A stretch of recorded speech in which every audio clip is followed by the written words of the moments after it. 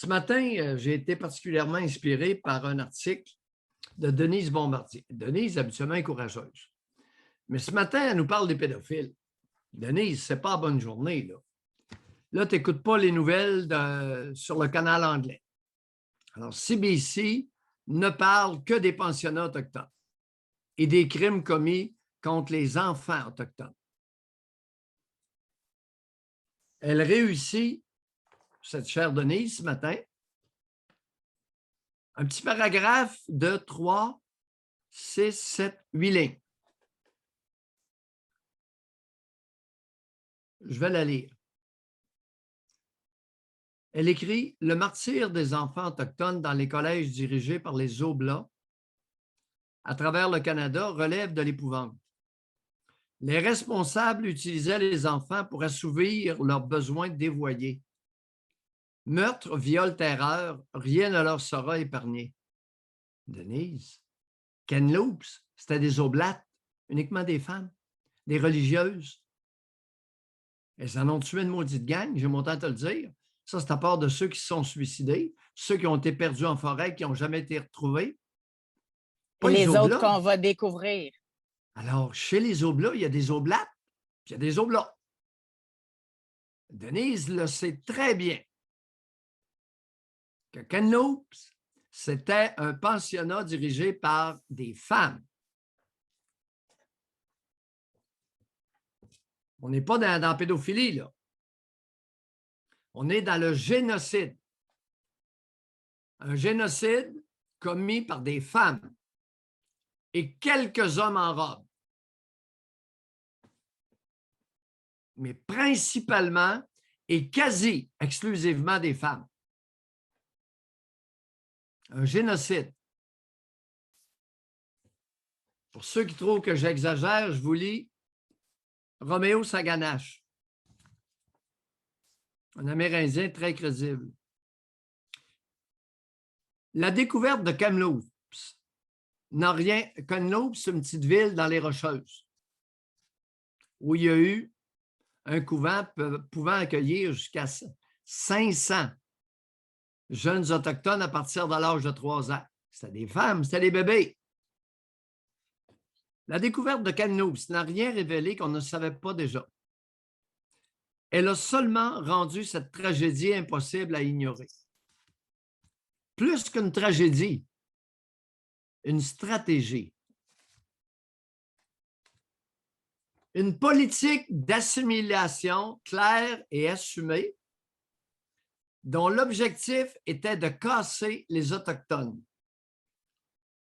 Pour casser un être humain, rien de mieux qu'une femme, pourraient dire certains, dont Mayou.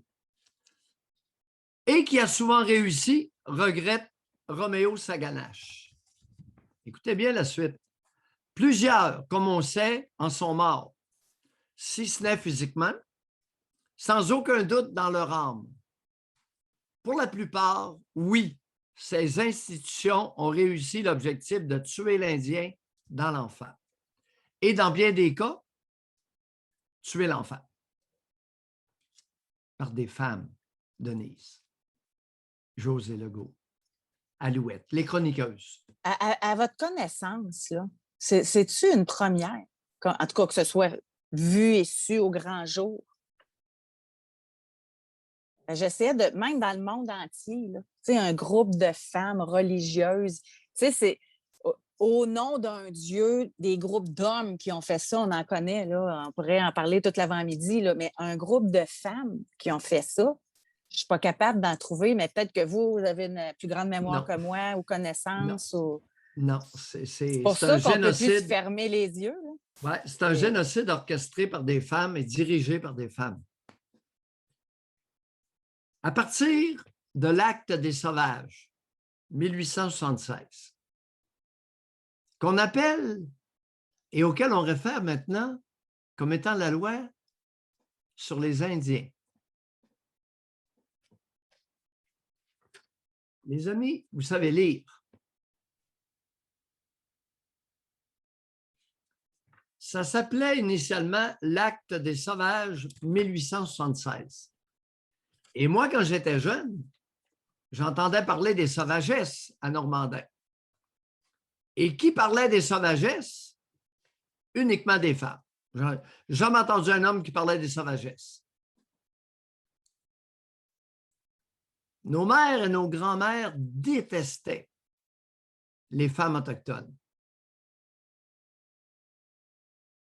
Demandez-moi pourquoi. Peut-être que je vous le dirai. J'ai des soupçons. Pourquoi?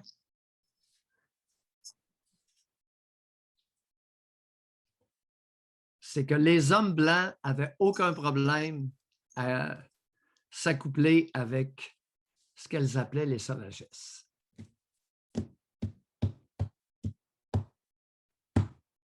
Et ça, c'était très canadien-français.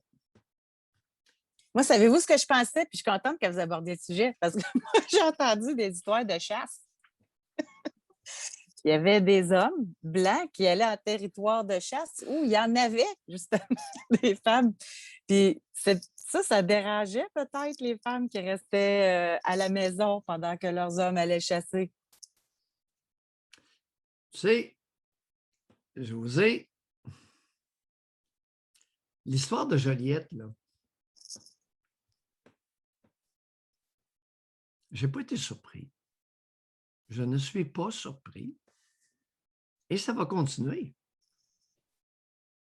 Ce ne sont pas toutes les Canadiennes françaises qui détestent avec hargne les Amérindiennes.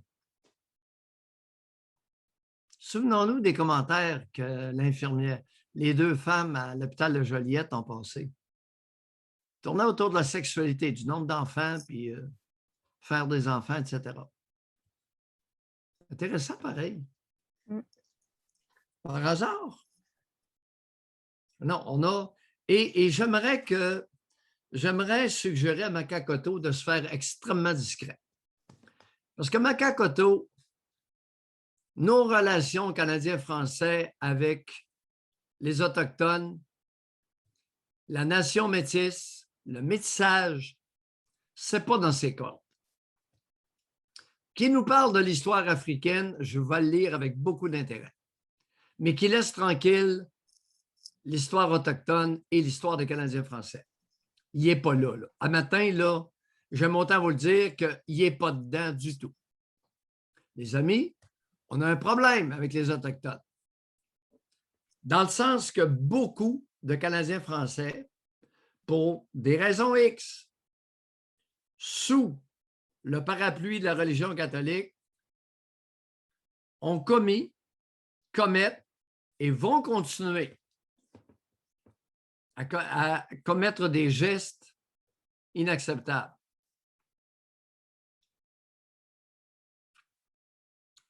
On va s'en parler. J'aimerais ça, moi, que Ghislain Picard nous appelle. J'aimerais ça que des femmes autochtones nous appellent. Il y en a beaucoup. En Mauricie, on a les Atikamekw, il y en a pas mal. Et je rappelle que j'ai passé une grande partie de ma vie à me vanter que je n'avais pas de sang autochtone. Jusqu'à quelqu'un me ramène, quelqu'un de la famille me ramène à l'ordre il y a 5-6 ans en me disant, oui, mais Pierre, Devi Harvey était fille de métisse. C'est la grand-mère de mon père. C'est mon arrière-grand-mère paternelle. Oh, je vais rectifier. Ben oui, mais je croyais, on m'avait toujours dit que dans notre famille, il n'y avait pas de sang indien. Vois-tu, il y avait ce déni de racines communes.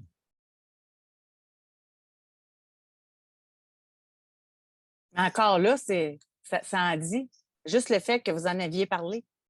Grand-père Gérard a épousé Aldovine Harvey, qui était fille de métisse. Mais comprenez-vous ce que je vous dis? Tu sais, dans votre famille, ils ne vous ont pas dit on n'a pas d'origine vietnamienne, on n'a pas. Non, ça n'a jamais été discuté. Pourquoi que ça t'a amené? Nous, dans notre famille, c'est comme si vous vantiez de ça. Je ne parle pas de vous, là, mais dans votre famille. Oui. le besoin de le confirmer, de le dire, puis finalement, qu'il s'avère que c'est faux. Et j'en suis très fier. Ben, ce sont mes origines.